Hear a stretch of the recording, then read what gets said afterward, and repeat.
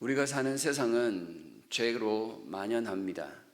얼마나 많은 죄가 있는지 우리는 그 죄를 다 모를 정도입니다. 죄가 우리에게 참 가까이 있지만 너무나도 많기 때문에 그 죄를 죄로 인식하지 않는 것, 그것이 바로 우리가 사는 세상의 모습입니다. 우리는 양심의 가책을 받을 만한 큰 죄를 저지르고 살진 않습니다. 세상에 지탄을 받을 만큼 그러한 죄를 또한 저지르지도 않습니다. 그래서 우리에게는 죄가 없는 것처럼 착각하고 살아갈 때가 많습니다. 그것이 바로 죄가 우리 사이에 너무나도 많이 널려 있다라는 증거입니다. 이 죄는 우리가 아는 것처럼 첫사람 아담의 범죄로부터 시작합니다. 하나님의 언약의 말씀을 버리면서 그에게 죄가 찾아왔고, 그 죄는 세상을 온통 무법천지로 만드는 그러한 심각한 영향력을 끼치기도 하였습니다. 아담의 그 한 번의 행위를 가지고 사람들은 그 단순한 게 무슨 그런 심각한 일을 만들었느냐라고 이야기하기도 합니다. 그러나 바꾸어 생각해 보면 죄라는 게 그 단순한 행위 하나였지만 그것 역시도 결과는 사망이었고, 그것은 온 세상을 사망으로 물들게 할 만큼 심각한 것이었다는 것을 알려줍니다. 죄는 죄입니다. 그것이 크건 작건 간에 하나님 분명히 말씀하시기를 죄는 심각하며 그의 결과는 반드시 사망이라는 점을 우리에게 알려줍니다. 이 죄의 영향력은 첫사람 아담 이후에 태어난 모든 사람들을 죄로 물들게 하였습니다. 그리고 살아있는 것 같지만 하나님께로부터, 생명이 하나님께로부터 영원히 분리된, 살았으나 죽은 것과 같은 존재로 살게 만들었습니다. 사람만이 아니라 온 세상이 죄로 물들어서 죄 가운데 낳고 자라며 멸망해가는 그런 비참함을 보여주었습니다.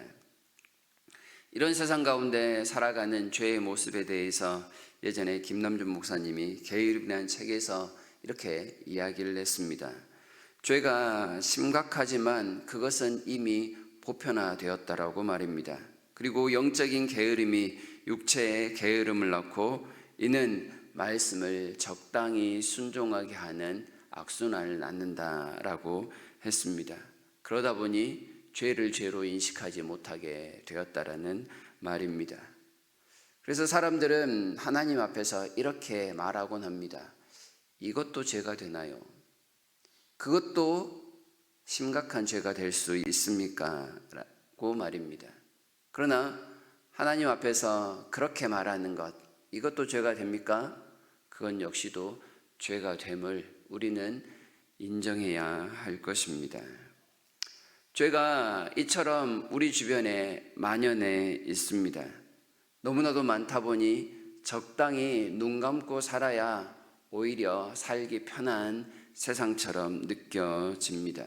그렇지만 우리가 아무리 눈을 감고 죄를 죄로 인식하지 않는다 할지라도 죄는 여전히 심각하며 그 결과는 사망이라는 사실에 있어서는 변함이 없음을 우리는 알아야 할 것입니다. 하나님께서는 죄로 타락한 사람들을 위해서 율법을 주셨습니다. 그 율법을 통해서만 죄가 무엇인지 분명히 깨달을 수 있기 때문에 그렇습니다. 20절을 보시면 율법이 들어온 것은 죄를 더하게 하려 함이라. 율법을 통해서 죄가 무엇인지 확실하게 알 수 있게 하셨습니다.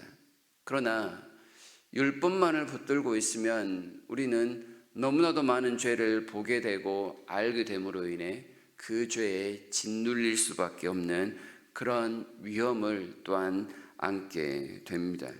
율법으로는 감당할 수 있는 한계가 분명히 있기 때문입니다.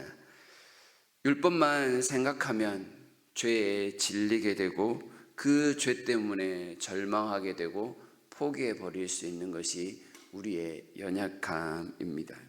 그래서 율법만이 아닌 그 율법을 주신 하나님의 자비가 우리에게 필요함을 분명히 깨닫게 하시는 것이지요.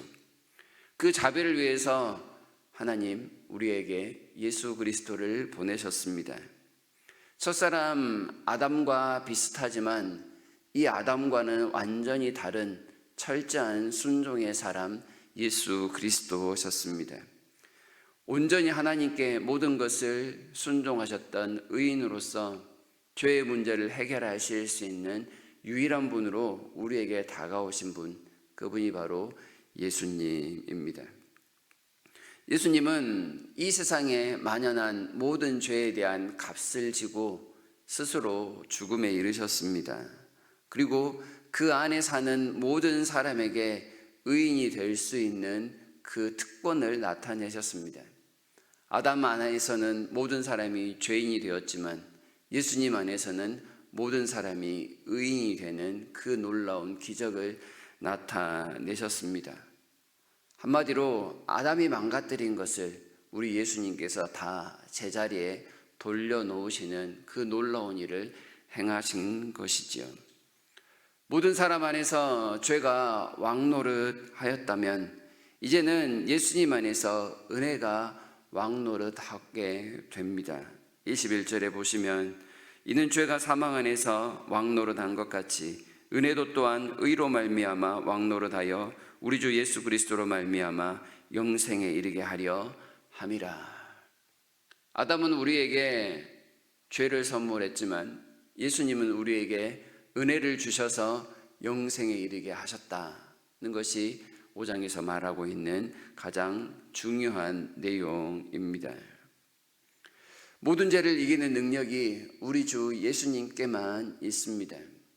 사소한 죄도 사망에 이르게 하지만 예수님의 은혜는 그 사소한 죄까지도 다 사하시는 능력을 우리에게 나타내어 주십니다.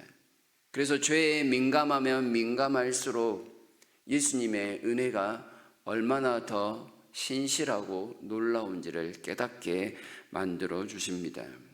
사소한 죄에도 양심의 가책을 받는 사람이 있다면 예수님의 은혜를 접하는 순간 그 사소함 속에서도 하늘의 놀라운 은혜를 경험할 수 있는 그런 역전에 이르게 됩니다. 바꾸어서 이야기를 하면 죄에 민감한 사람일수록 은혜에 민감하다는 것입니다. 죄에 둔감하면 둔감할수록 하나님의 은혜에 대해서도 여전히 둔감할 수밖에 없는 상황입니다. 죄가 만연한 세상에 살면서 죄에 관심을 꺼버리게 되면 우리 주의 크신 은혜에도 관심을 끄게 되는 어처구니 없는 상황이 발생한다는 것을 우리는 기억해야 하겠습니다. 물론 죄를 지으라는 뜻은 결코 아닙니다. 그러나 죄에 대해서 민감하여 하나님의 은혜에 더 가까이 갈 수 있는 우리가 되어야 한다는 말씀입니다. 20절에 율법이 들어온 것은 범죄를 더하게 하려 함이라. 그러나 죄가 더한 곳에 은혜가 더욱 넘쳤다라고 말씀을 합니다. 죄의 만연함을 보면 절망적일 수밖에 없습니다. 그러나 그 죄 이면에 그것을 용서하시려는 더 많은 은혜가 있음을 우리는 분명히 볼 수 있어야 합니다.